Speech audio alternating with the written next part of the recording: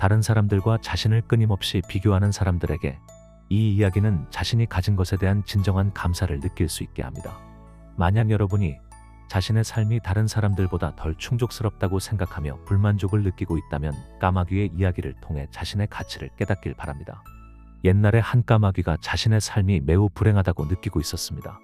어느 날 나무 가지에 앉아있던 그는 울기 시작했습니다. 까마귀는 몰랐지만 같은 나무 아래에 한 승려가 앉아 있었습니다. 까마귀의 눈물이 승려의 뺨에 떨어져 승려가 그를 올려다보았습니다.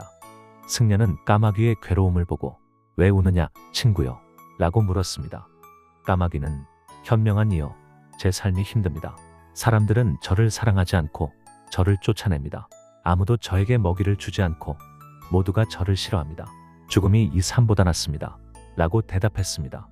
이 말을 들은 승려는 마음속으로 연민을 느끼며 우리는 현재 상황에서 행복을 배워야 한다고 말하였습니다. 하지만 까마귀는 승려의 지혜를 이해하지 못하고 계속 울었습니다. 굴하지 않고 승려는 친절하게 말했습니다. 속상해하지 말거라. 너가 되고 싶은 것이 무엇인지 말해보거라. 그것을 이룰 수 있는 마법 주문이 내게 있다. 희망에 찬 까마귀는 오, 축복받은 이여, 저를 도와주시려면 제발 저를 백조로 만들어주세요. 라고 말했습니다. 승려는 동의하며 알겠다. 내가 너를 백조로 만들어주겠다. 하지만 그 전에 먼저 가서 백조가 그 삶에 행복한지 물어보고 돌아오거라. 라고 말했습니다. 까마귀는 기뻐하며 백조를 찾아 날아갔고 승려는 나무 아래에서 기다렸습니다. 인근 연못에서 까마귀는 우아한 백조를 발견하고 그 아름다움을 칭찬하며 당신은 우유처럼 하얗군요. 모두가 당신을 사랑할 것입니다. 당신이 가장 행복한 새이겠죠? 라고 말했습니다. 하지만 슬픔이 묻어나는 목소리로 백조는 아니요, 친구요. 저는 행복하지 않습니다.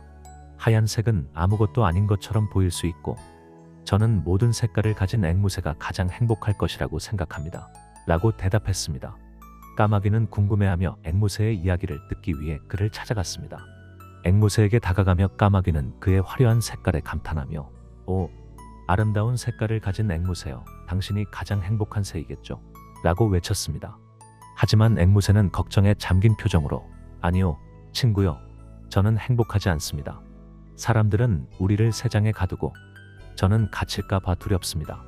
저는 더 많은 색깔을 가진 공작새가 가장 행복할 것이라고 생각합니다. 라고 말했습니다. 이 관점에 흥미를 느낀 까마귀는 공작새를 찾아 행복의 비밀을 이해하고자 하는 여정에 나섰습니다.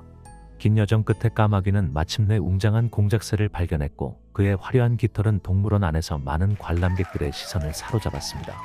공작새의 아름다움에 매료된 까마귀는 관중이 흩어질 때까지 기다린 후 포로가 된 새에게 다가가 진심 어린 감탄을 표했습니다. 까마귀는 공작새의 화려한 깃털에 장엄함에 감탄하며 공작새가 분명 가장 행복한 새일 거라고 생각했습니다.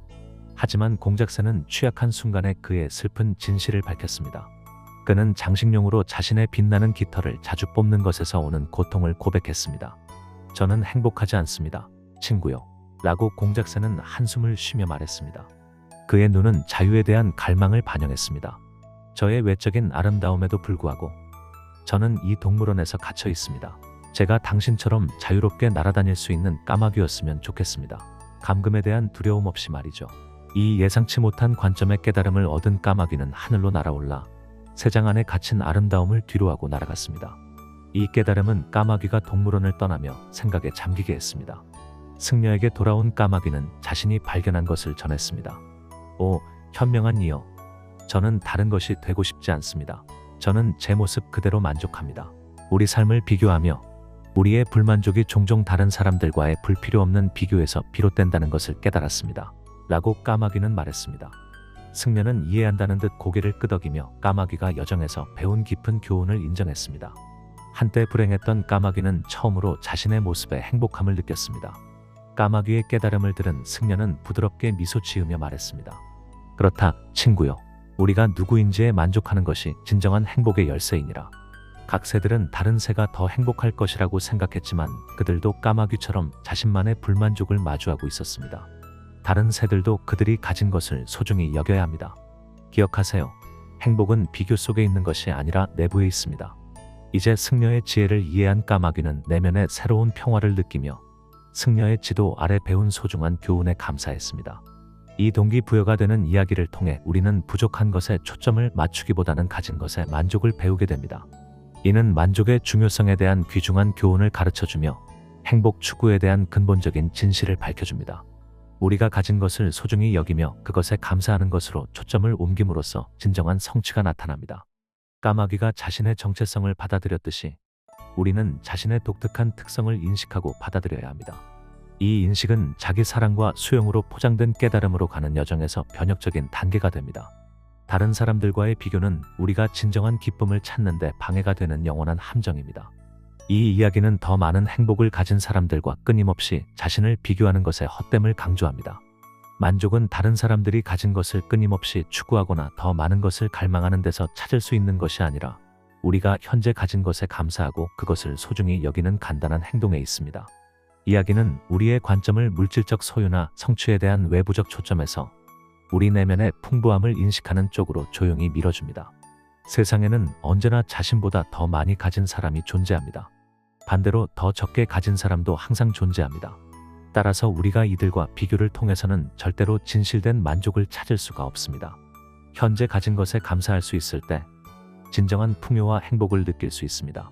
그리고 이 감정이 여러분을 긍정적으로 만들게 되며 그 과정 속에서 부는 자연스럽게 여러분께 다가오게 될 것입니다. 이 영상이 당신의 마음에 울림이 있었다면 떠오르는 이에게 공유해 주세요. 오늘 하루도 수고 많으셨습니다. 감사합니다.